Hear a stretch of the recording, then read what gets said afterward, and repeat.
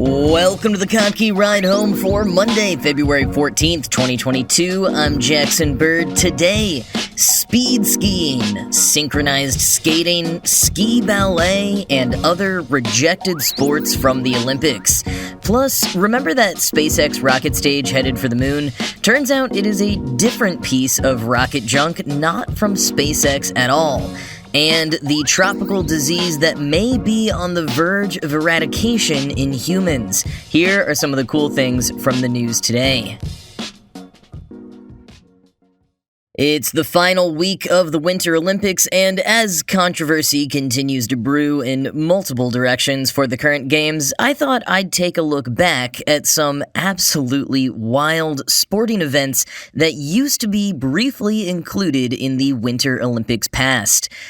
Now, I've talked before about demonstration sports that are showcased at the Olympic Games, more so to promote the sport, possibly for future inclusion, rather than for standard medal competition. It's often a sport that is popular in the host country, like the US has included American football, and Belgium has included korfball.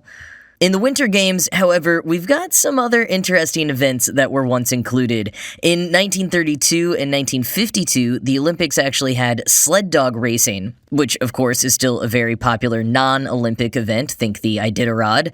And another animal event was ski joring in 1928, which is like wakeboarding on snow, but with a horse instead of a boat. So literally, a person on skis holds onto a rope attached to a horse and performs tricks while the horse with a rider sprints through a course. And like sled dog racing, it remains a very popular event, just not in the Olympics. There's also been events like the Winter Pentathlon and Military Patrol, both of which combine several different activities like cross-country skiing and shooting all together. The most deadly of all Olympic sports was Alpinism, which I've mentioned a few times before. It was a sport for which medals were usually awarded for significant achievements that happened outside of the Olympics. The first medal in 1924 went to the team who attempted to scale Mount Everest. It was never awarded much, and when it was, some of the medals were posthumous, and there were concerns that the award's mere existence could encourage dangerous scaling attempts, which is one reason that it was retired. Another sport that was never quite part of the Olympics because of how dangerous it is speed skiing. So in the downhill skiing events that you can watch on TV this week, you'll see the athletes topping out around 85, 90 miles an hour, which is, really freaking fast for a human on a couple of pieces of wood. But in speed skiing, they go even faster. The record set in 2016 by Italian Ivan Origoni is 158 miles per hour. Or as the Financial Times puts it, quote, Usain Bolt ran 100 meters in 9.58 seconds. Origoni skied the 100-meter timing zone near the bottom of a course in 1.41 seconds. End quote. But none of that is happening at the Olympics now. Speed skiing was a demonstration event at the 1992 Winter Games in France, but athlete deaths outside of competitions was enough to make the IOC wary about potential fatalities on their watch, and speed skiing has never returned to the games. The basic idea of speed skiing is literally just going down a steep 1-kilometer hill in a straight line as fast as humanly possible. And to aid aerodynamics, competitors have foam fairings attached to the calves of their very tight latex suits and wear these huge sort of triangular helmets. The Financial Times compared them to Darth Vader, but they're kind of bulkier than that, or at least they used to be. When I watched a few speed skiing videos online, the weird helmets honestly stood out to me more than the astronomical speeds. And speed skiing is probably up there with sled dog racing as one of the sports on this list that still has the biggest competitive following. But like sled dog racing, I think it's just a risk that the IOC doesn't want to take. There are, however, 2 skating events I would love to see return that I don't think would pose any safety concerns for animals or humans. First is synchronized skating, which is exactly what it sounds like. 8 to 16 competitors performing on ice all together, just like synchronized swimming, but for figure skating.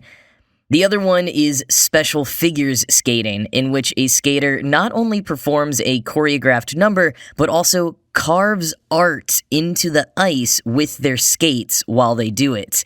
How cool would that look? Especially nowadays with our ability to mount cameras on the ceiling, we could see the artwork come to life as the athlete come artist creates it. It's apparently only been in the Olympics once in the 1908 Winter Games as a men's-only sport, and the sport itself dropped in popularity as the 20th century went on, so I don't know if there are many people who still practice it, but personally, I think that would be a super cool one to bring back. And speaking of mixing art and athleticism, one sport that's been getting some buzz online recently is ballet skiing, or ski ballet. Now, like speed skating, some of you may remember this from the 1992 Games in France, as well as the 1988 Games in Calgary. At both, it was a demonstration sport. To keep it in Olympic terms, it's kind of like figure skating, but with skis on a slight slope. Competitors use their poles to perform forward flips and maneuver into all kinds of impressive spins and dance moves while blasting popular music and sometimes adorning their more typical ski suits with a bit of sparkle or feathers. Though it didn't have its brief moment in the Olympic spotlight until the late 80s, ballet skiing has its roots in the overall counterculture of the 60s and 70s. Bob Howard, a three-time world champion in ballet skiing, told the New York Times, quote, "Skiing had its own youth movement," end quote. Or as Leslie Anthony, author of A History of the Modern Ski Culture, said, "The young adults who got into ballet skiing and all other forms of freestyle skiing, replete with tricks and spins and jumps, literally just wanted to go against the grain of how their parents were skiing." I also like how another ballet skiing champion, Genia Fuller, described it, quote, "We brought music to the mountains. To be able to put on a show in that setting and to get people to feel what you're feeling through the music and the movement, well, dancers know it's an amazing feeling," end quote. And I especially like that description of getting people to feel what you're feeling in terms of alpine sports. This was the first year I really noticed how many competitors, especially the snowboarders, have earbuds in while they're competing. And of course, that makes everyone curious what they're listening to that pumps them up for their big run.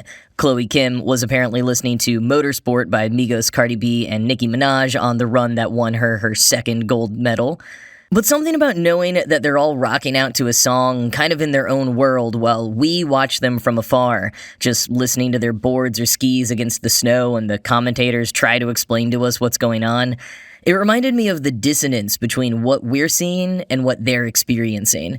I saw a tweet recently joking that there should be one average recreational level person included in each Olympic event, so that the audience really gets a sense of just how mind-blowingly impressive all of these athletes are, just how difficult what they're doing really is. Like, it's easy for us to watch someone falter when we're sitting on our couch and judge them for that, maybe forgetting for a minute that we could probably never ever do what they can.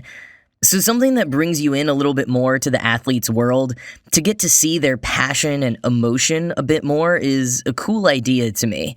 Not that a dance routine will always achieve all of that, because it too has the element of performance and technical skill, but I do like Fuller's point about at least trying to get people watching to feel what the competitor is feeling. Because people who are doing any of these sports are in love with them, obsessed with them, and using a bit more artistry to convey that passion is a cool concept. But alas, ski ballet never made it as an official Olympic sport for a few reasons. For one, while ski ballet competitions and performances were all the rage for a bit in the 70s and 80s, it was pretty much past its peak by the time it made it to the 1988 and then 1992 Olympics as a demonstration sport. Its popularity outside of the Olympics was already waning. And its free-flowing creative spirit also didn't mesh too well with the objective rubrics of the Olympics. Quoting the New York Times, "The International Olympic Committee seemed uncertain how to create objective judging criteria for ballet. The IOC wanted points, scores, and time," said Bob Howard, who coached skiers at the 1988 and 1992 Olympics. But so much of ballet was interpretive.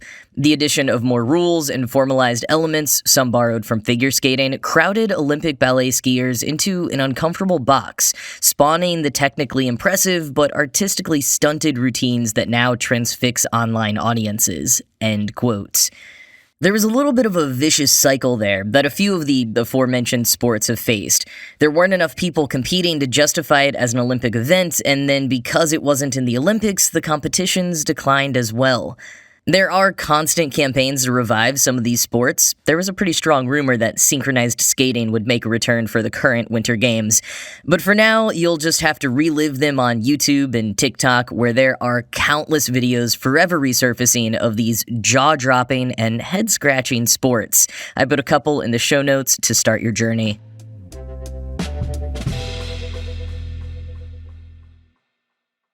So a couple of weeks ago, I told you about the SpaceX Falcon 9 rocket stage that was on track to hit the moon next month, ending a chaotic orbit that it's been on for 7 years. Well, it turns out that it's not a SpaceX rocket stage after all. So the piece from the Falcon 9 rocket that had been the prime suspect here came from the launch of the NOAA's Deep Space Climate Observatory mission, or DSCOVR, DSCOVR, DSCOVR. SpaceX, being a company that lots of people love to criticize, got a lot of flack when experts announced an upper stage of the rocket from the DSCOVR launch would be unintentionally slamming into the moon. But we all may have spoken too soon.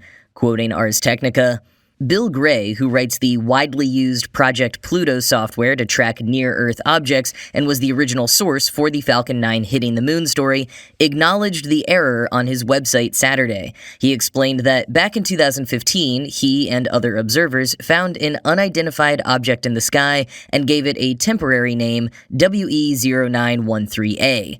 Further observations suggested it probably was a human-made object, and soon the second stage of the rocket used to launch DSCOVR became a prime candidate. It was engineer John Giorgini at NASA's Jet Propulsion Laboratory who realized this object was not, in fact, the upper stage of a Falcon 9 rocket. He wrote to Gray on Saturday morning explaining that DSCOVR spacecraft's trajectory did not go particularly close to the moon. The second stage would therefore be extremely unlikely to strike the moon. This prompted Gray to dig back into his data and identify other potential candidates. End quote. And he found one. A piece of the Long March 3C rocket used by China on their Chang'e 5 T1 mission, which launched just a few months before DSCOVR, and the timing and lunar trajectory of which is almost an exact match for the orbit of the object in question. Gray said on his site that this is still circumstantial evidence, but that he thinks it is fairly convincing. And from The Verge, quote, despite the confusion about the object's identity, Gray says this is just further proof that we need more information about these rocket boosters that go to deep space. As Gray argues, some people's general attitude towards these kinds of objects is that we don't need to pay attention to them once they're in space, since they're so far out in orbit. As of now, no formal entity is consistently tracking leftover rockets like this that go into deep space trajectories. The only folks that I know of who pay attention to these old rocket boosters are the asteroid tracking community, he says. This sort of thing would be considerably easier if there was some regulatory environment where they had to report something. But as it stands, it's always a certain amount of detective work that goes into figuring these things out. End quote. And it should be noted that this particular case only got so much attention because just about anything SpaceX does, especially if it can be criticized, does get attention. But at the same time, the attention is what led Giorgini at JPL to hear about it and realize that it didn't add up with what he remembered about DSCOVR's trajectory. And I guess the case requiring attention to properly solve the mystery really does prove Gray's point that some more regulation around this sort of thing wouldn't go amiss. And a reminder in case you missed the earlier segment on this rocket stage hitting the moon is not a dangerous thing. NASA even intentionally shot a rocket upper stage to the moon on purpose once to study what happened. And if we can get the timing right with impact on March 4th, hopefully we'll be able to study the effects of this one too. But as for that Falcon 9 rocket stage, well, it's still out there somewhere, continuing on its chaotic orbit.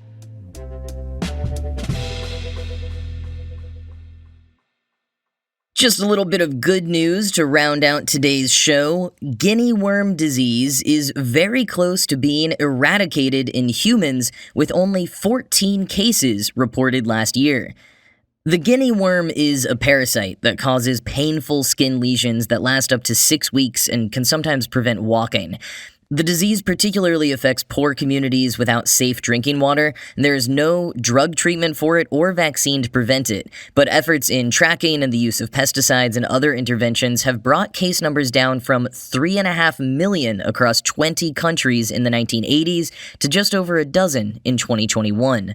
Now, while enormous strides have been made, there is still concern about animal infections. Quoting Nature, Julie Swan, a disease modeler at North Carolina State University, isn't entirely convinced that eradication is possible. She says that it's hard to control diseases that have animal reservoirs, pointing out that there were 790 reported cases of guinea worm infection in dogs in Chad alone last year.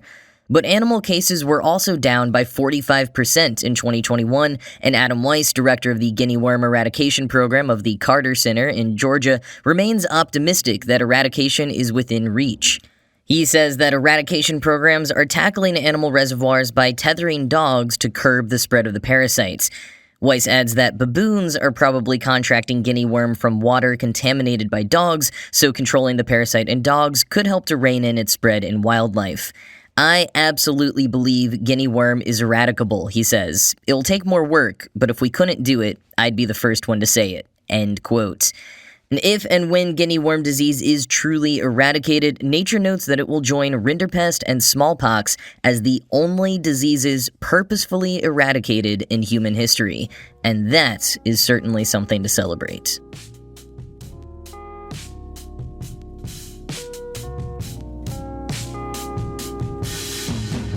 While someone call Samuel L. Jackson, an Air Asia flight traveling from Kuala Lumpur had to make an emergency landing because of an actual snake on the plane.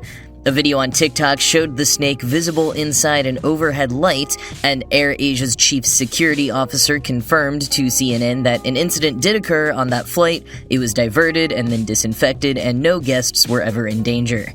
As NPR happily reminds us, quote, "It's not the first time snakes have found their way onto passenger flights. In 2019, a woman traveling home to Scotland from Australia encountered a nasty surprise when she went to unpack and found a snake curled up in her luggage.